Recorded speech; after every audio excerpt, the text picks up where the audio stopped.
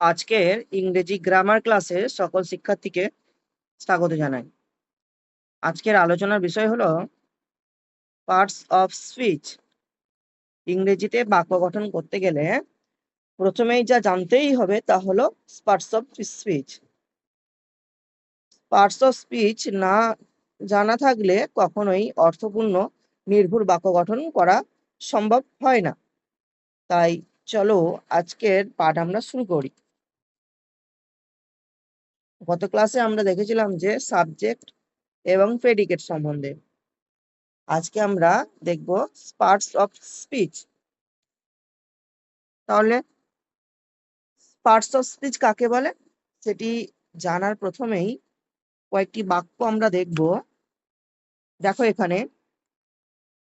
Ram is a boy, he is going to school, the mouse is a little animal. তিনটে বাক্য এখানে দেখো, এখানে কতগুলি শব্দ বা ওয়ার্ড যুক্ত হয়ে অর্থপূর্ণ বাক্য গঠন করেছে। এই ওয়ার্ড বা শব্দগুলি হচ্ছে এক একটি পার্ট বা অংশ। এই বাক্যে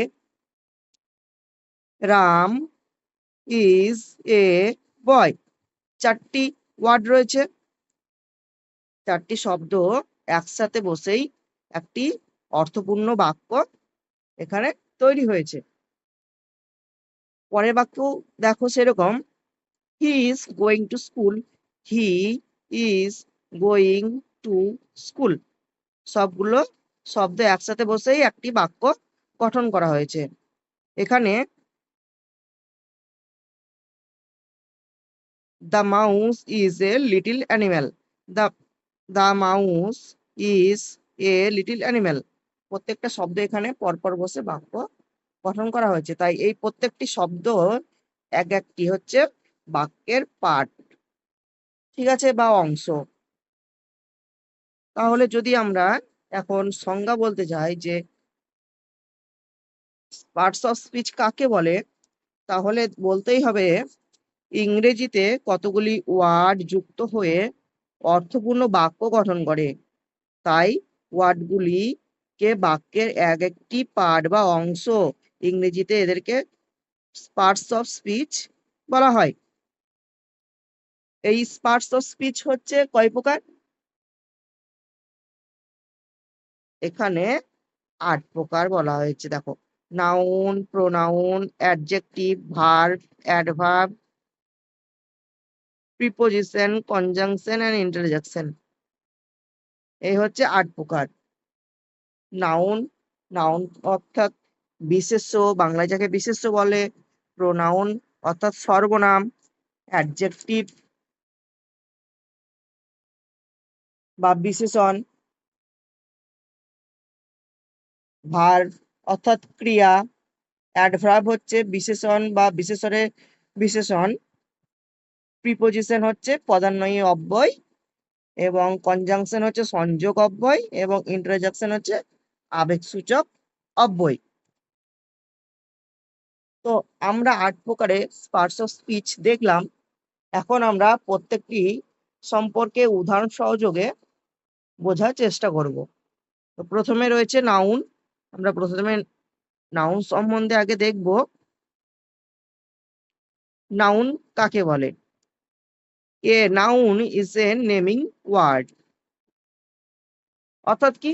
যে ওয়ার্ডের দ্বারা ব্যক্তি, বস্তু, প্রাণী, স্থান, বিষয় বা গুণের নাম বোঝায় তাকে বলা হয় নাউন। নাউন হচ্ছে এক প্রকার নাম, ঠিক আছে, বা বাংলায় একে বিশেষ্য বলে। এখানে কয়েকটি উদাহরণ আছে, দেখো। Subhash is a brilliant boy. Subhash একজন বুদ্ধিমান ছাত্র। এখানে নাউন কোনটা তাহলে? সুভাষ। সুভাষ একজন ব্যক্তির নাম, তাই এটা হচ্ছে noun. The cow gives us milk. এখানে নাউন কোনটা হবে তাহলে? কাউ। কাউ হচ্ছে নামবাচক শব্দ, তাই এটা noun. Gold is a valuable metal. তাহলে এখানে নাউন কোনটা? Gold. Gold is a valuable metal, তাহলে গোল্ড হচ্ছে একটি নামবাচক শব্দ, গোল্ড হচ্ছে noun. Honesty is the best policy, এখানে তাহলে নাউন কোনটা হবে? হনেস্টি, সততা, এইটা হচ্ছে নাউন। এখানে দেখবে তোমরা প্রথমে যেটা লেখা আছে বিশেষ নাম, জাতিবাচক নাম, সমষ্টিবাচক নাম, বস্তুবাচক নাম, গুণ বা ভাববাচক নাম, এগুলি আমরা নাউন সম্পর্কে যখন পড়বো আরো ডিটেলসে, তখন আমরা দেখবো নাউনের কতগুলি ভাগ আছে। ঠিক আছে, এরপরে আমরা দেখে নেব প্রোনাউন। ঠিক আছে, প্রোনাউন অর্থাৎ বাংলায় যাকে বলা হয় সর্বনাম।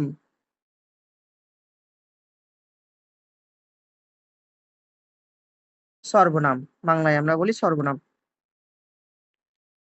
প্রোনাউন শব্দকে যদি আমরা প্রথমেই ভাঙি তাহলে দুটো শব্দ পাই, একটা হচ্ছে প্রো আর একটা হচ্ছে নাউন। প্রো শব্দ অর্থ হচ্ছে পরিবর্তে, নাউন শব্দে আমরা আগে দেখলাম বিশেষ্য, তাহলে কি বিশেষ্যের পরিবর্তে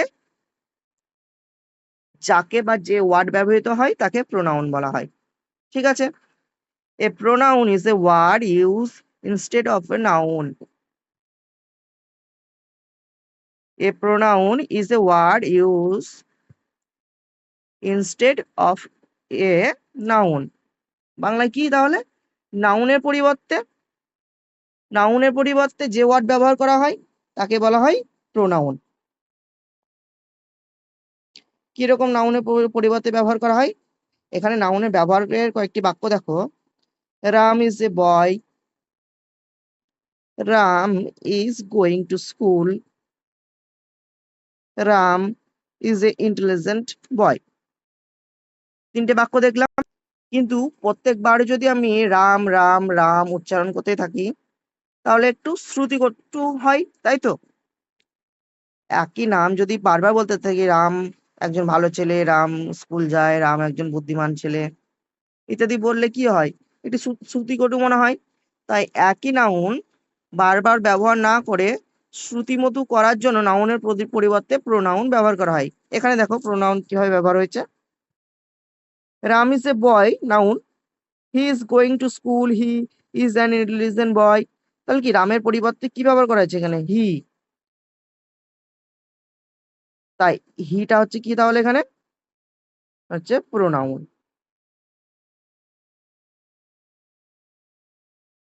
প্রোনাউন, তাহলে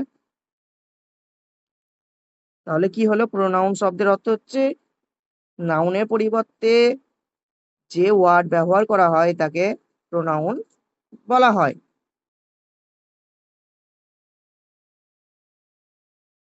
দেখো তবে প্রোনাউন সম্পর্কে নিচে যে বিষয়গুলি মনে রাখা দরকার। ইংরেজিতে প্রোনাউনের ফার্স্ট পার্সন, সেকেন্ড পার্সন এবং থার্ড পার্সন হয়। ফার্স্ট পার্সন কোনগুলো হয়? আমি, আমরা, আমাকে, আমাদিগকে, আমার, আমাদের বোঝাতে প্রোনাউনে ফার্স্ট পার্সন হয়। যেমন I, we, me, us, my, mine, our, ours. আর সেকেন্ড পার্সন কখন হয়? তুমি, তোমরা, তোমাকে, তোমাদেরকে, তোমার, তোমাদের বোঝাতে প্রোনাউনের সেকেন্ড পার্সন হয়। যেমন ইউ, ইয়োর, ইয়োর্স। এবং তাহলে ফার্স্ট পার্সন দেখলাম, সেকেন্ড পার্সন দেখলাম, এবং থার্ড পার্সন তাহলে কোথায় হয়? সে, তাহারা, তাহাকে, তাহাদিগকে, তাহা, তাহাদের, ইহা, ইহারা, ইহাকে, ইহাদিগকে, ইহার, ইহাদের বোঝাতে প্রোনাউনের থার্ড পার্সন হয়। যেমন হি, C, they, him, her, them, they, এটা they, them, his, her, hers, theirs, theirs, it, its, সবগুলোই কি তাহলে? Third person. ঠিক আছে, প্রোনাউনের ফার্স্ট পার্সন কোথায় হয়, সেকেন্ড পার্সন কোথায় হয় এবং থার্ড পার্সন কোথায় হয় বোঝা গেল। আমি, আমরা হচ্ছে ফার্স্ট পার্সন, তুমি, তোমরা হচ্ছে সেকেন্ড পার্সন এবং থার্ড পার্সন হচ্ছে সে, তাহারা। ঠিক আছে,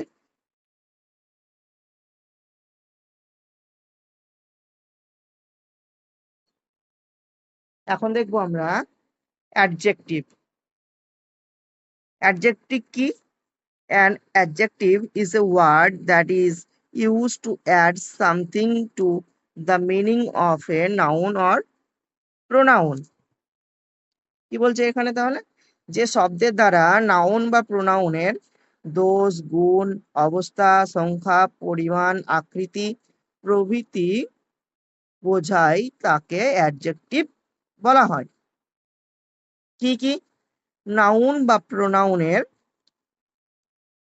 নাউন বা প্রোনাউনের দোষ, গুণ,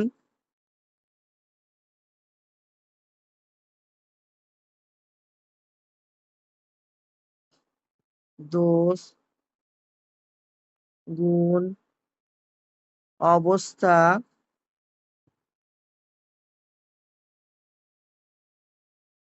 অবস্থা,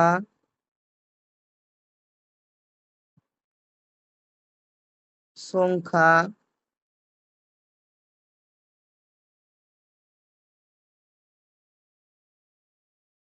পরিমাণ,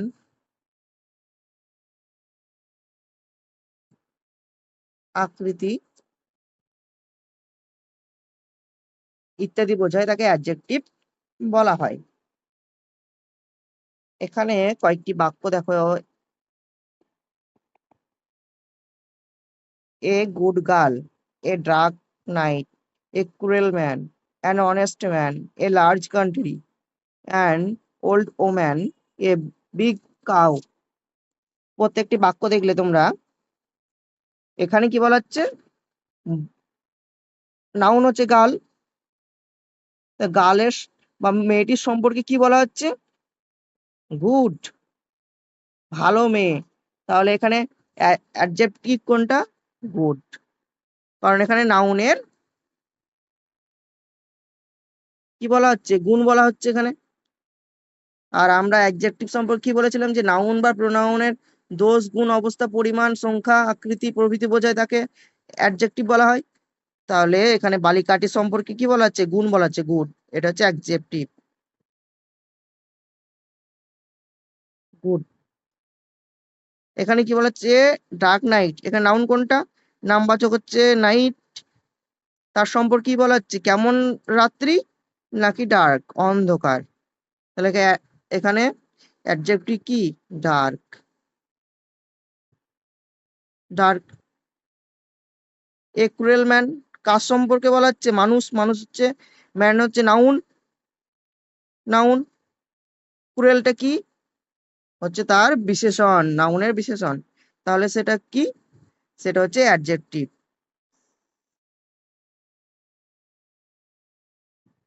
অ্যান অনেস্ট ম্যান, কার সম্পর্কে এখানে বলা হচ্ছে? ম্যানের সম্পর্কে, ম্যান হচ্ছে নাউন। কেমন মানুষ? অনেস্ট মানুষ। তাহলে এটা হচ্ছে অ্যাডজেক্টিভ। এ লার্জ কান্ট্রি, কান্ট্রির সম্বন্ধে বলা হচ্ছে কেমন নাকি বড়, large.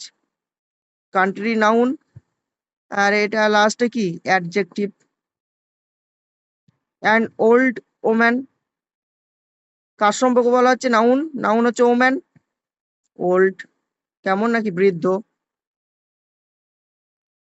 A big cow, cow হচ্ছে নাউন, নাউনের সম্পর্কে বলা হচ্ছে কেমন না নাকি বিগ, বড়। তাহলে হচ্ছে কি? বিগ। বুঝতে পেরেছ?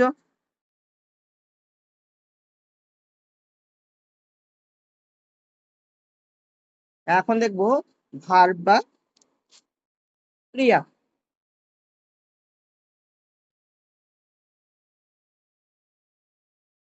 A verb is a word that states action, position or being. তাহলে ভাব বলতে কি বোঝায়? যে শব্দ দ্বারা কোনো কিছু করা, থাকা বা হওয়াকে বোঝায়, তাকে ভার্ব বলা হয়। কি কি?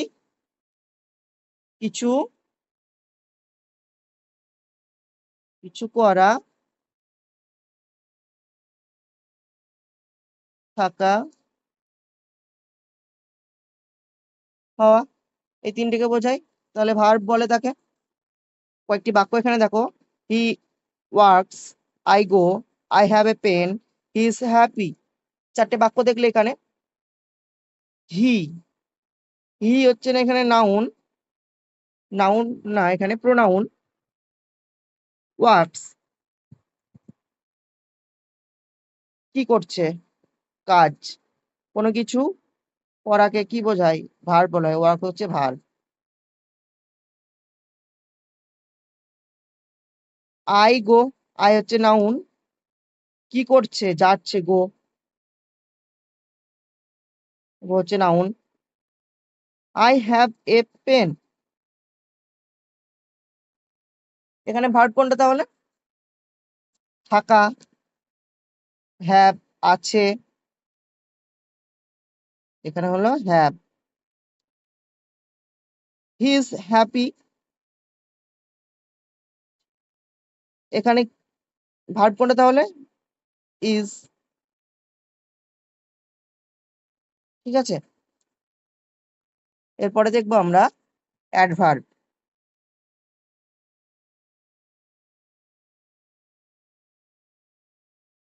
অ্যাডভার্ব, অ্যাডভার্ব কাকে বলে?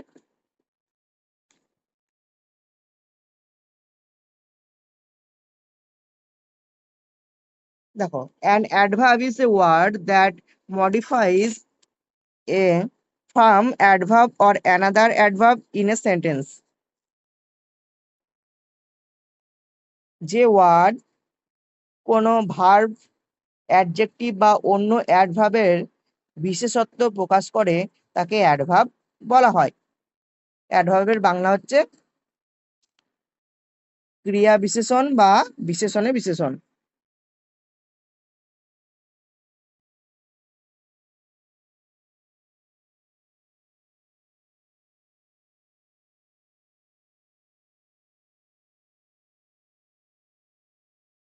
বিশেষণের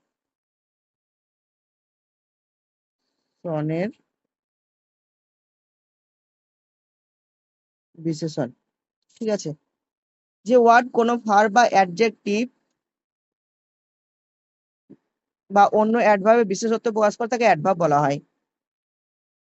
এখানে বাক্য দেখো, he is a weak, he writes well, go home now, see talks loudly, he he walks slowly. এখানে প্রত্যেকটা বাক্য দেখো, এই বাক্যটা যদি আমরা দেখি তাহলে এখানে হি হি কি হচ্ছে, হি হচ্ছে pronoun, is verb, very weak. তাহলে এখানে এখানে হচ্ছে উইক,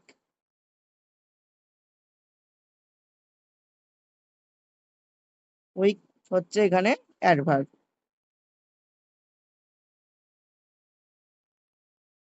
ঠিক আছে, হি রাইটস ওয়েল, এখানেও ওয়েল হচ্ছে অ্যাডভার্ব।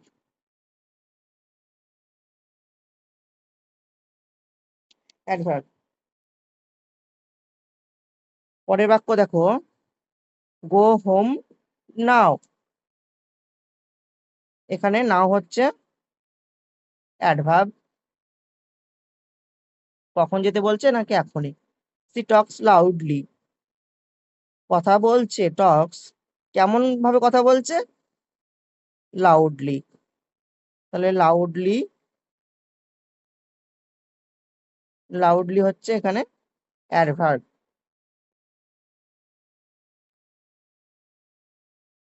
আর টক্স হচ্ছে ভার্ব।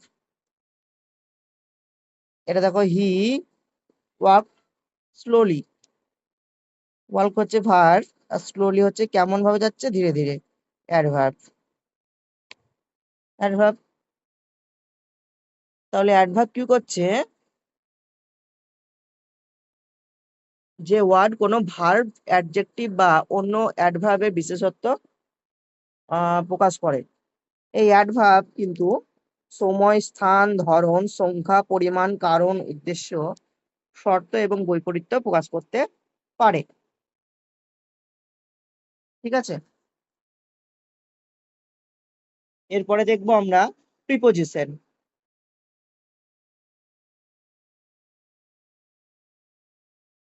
প্রিপোজিশন বা পদান্বয়ী অব্যয়,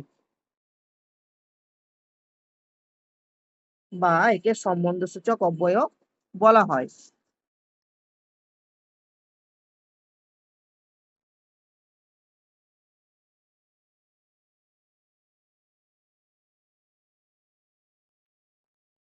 পদান্বয়ী অব্যয়। A preposition is a word used before a noun or a pronoun to show its relation to some other words in a sentence. যে ওয়ার্ড নাউন বা প্রোনাউনের পূর্বে বসে ওই নাউন বা প্রোনাউনের সঙ্গে বাক্যের অন্য শব্দের সম্বন্ধ নির্দেশ করে তাকে প্রিপোজিশন বলা হয়। কি করে? নাউন বা প্রোনাউনের প্রথমে বসে এবং নাউন বা প্রোনাউনের সঙ্গে বাক্যের অন্য শব্দের সম্বন্ধ নির্দেশ করে। আর এটা কি হচ্ছে? সম্বন্ধ নির্দেশ করছে, তাকে প্রিপোজিশন বলা হয়। কেমন ভাবে দেখি আমরা একটু এখানে। She looked at me.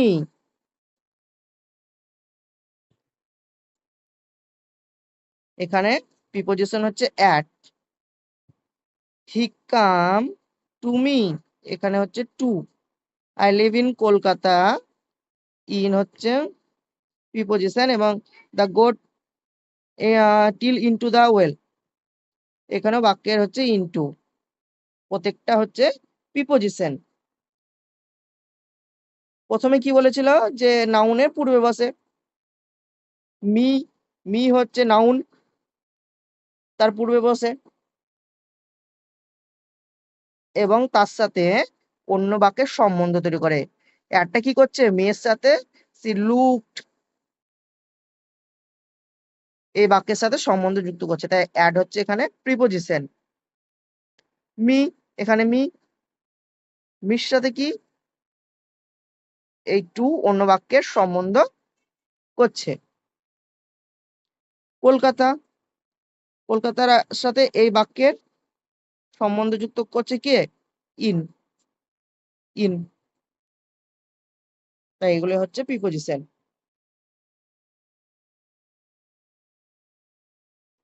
তাহলে এখানে মি, মি, মি কলকাতা, প্রত্যেকটা বাক্যেই দেখো নাউনের পূর্বে বসেছে সবগুলোই, অ্যাড, টু, ইন, এবং অন্য ওয়ার্ডের সাথেও সম্বন্ধ সৃষ্টি করেছে, তাই এগুলি হচ্ছে প্রিপোজিশন। এরপরে আমরা দেখব কনজাংশন। কনজাংশন কি? কনজাংশনকে বলা হয় সংযোজক অব্যয়। সংযোজক অব্যয় কিরকম? A conjunction is a word that connects or link to sentence process of words. যে ওয়ার্ড দুটি বাক্য, ক্লজ বা ওয়ার্ডকে যুক্ত করে তাকে কনজাংশন বলা হয়। কিরকম ভাবে যুক্ত করে? দুটি বাক্যের মধ্যে কিন্তু এটা সংযুক্ত করে। এখানে দেখো Reba and Keka are good girl, এ বাক্যে সংযোগ কে করেছে? এখানে অ্যান্ড।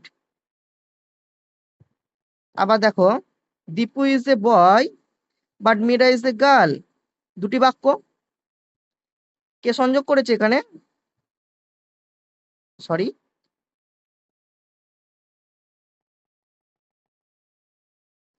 এখানে বাট। এবং learn your lesson or leave the class, এখানে দুটো বাক্য সংযুক্ত করেছে অর, এটা হচ্ছে কনজাংশন। ঠিক আছে, তাহলে দুটো বাক্যকে যুক্ত করছে, যে ওয়ার্ড দুটি বাক্য, ক্লজ বা ওয়ার্ডকে যুক্ত করে তাকে বলা হয় কনজাংশন। এরপরে দেখবো ইন্টারজেকশন। ইন্টারজেকশন কি? ইন্টারজেকশন হচ্ছে আবেগসূচক বা অন্যয়ী অব্যয় বা আবেগসূচক অব্যয় বলা হয়।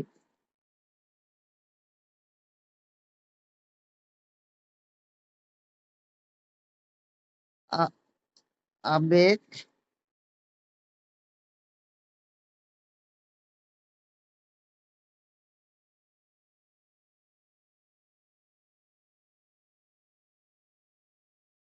সূচক।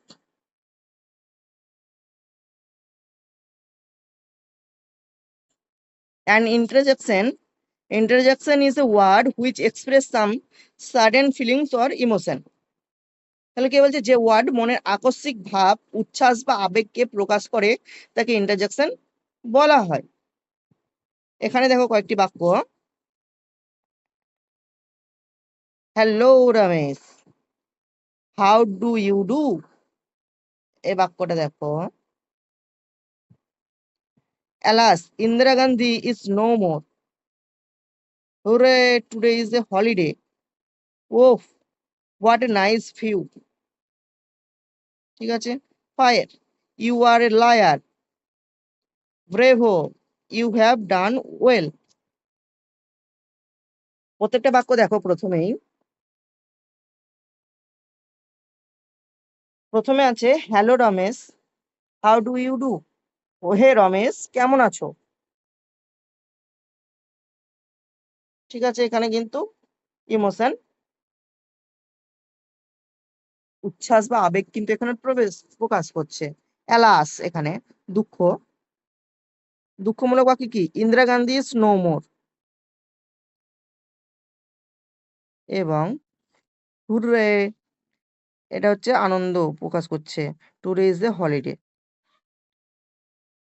প্রত্যেকটা বাক্যেই তেমনি দেখো এখানে আকস্মিকভাবেই উচ্ছ্বাস বা আবেগ প্রকাশ করছে, তাকে বলা হয় ইন্টারজেকশন। Bravo, phi.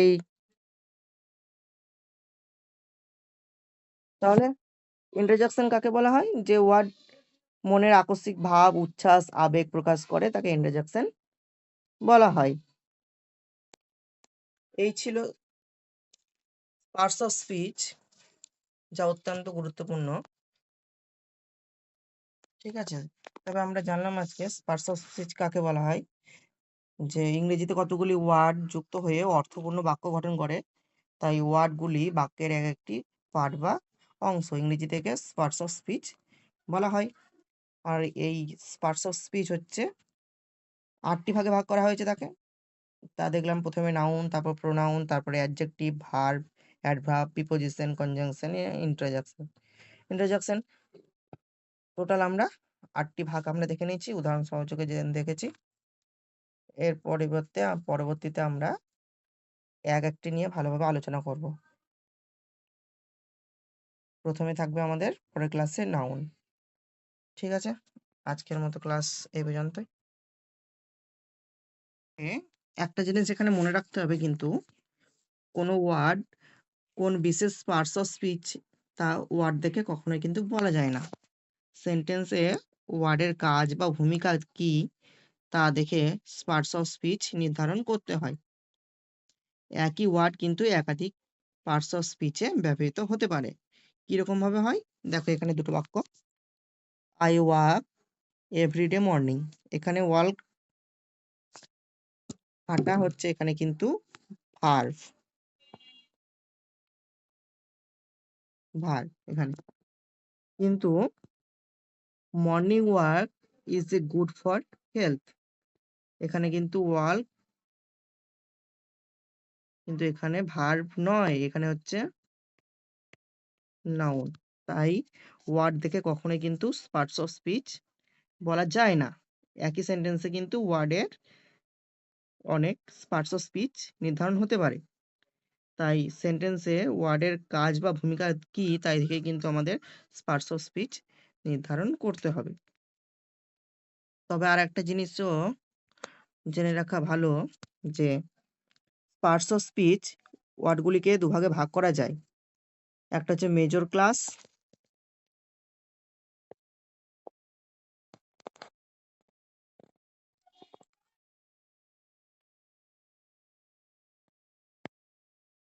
আর একটা হচ্ছে মাইনর।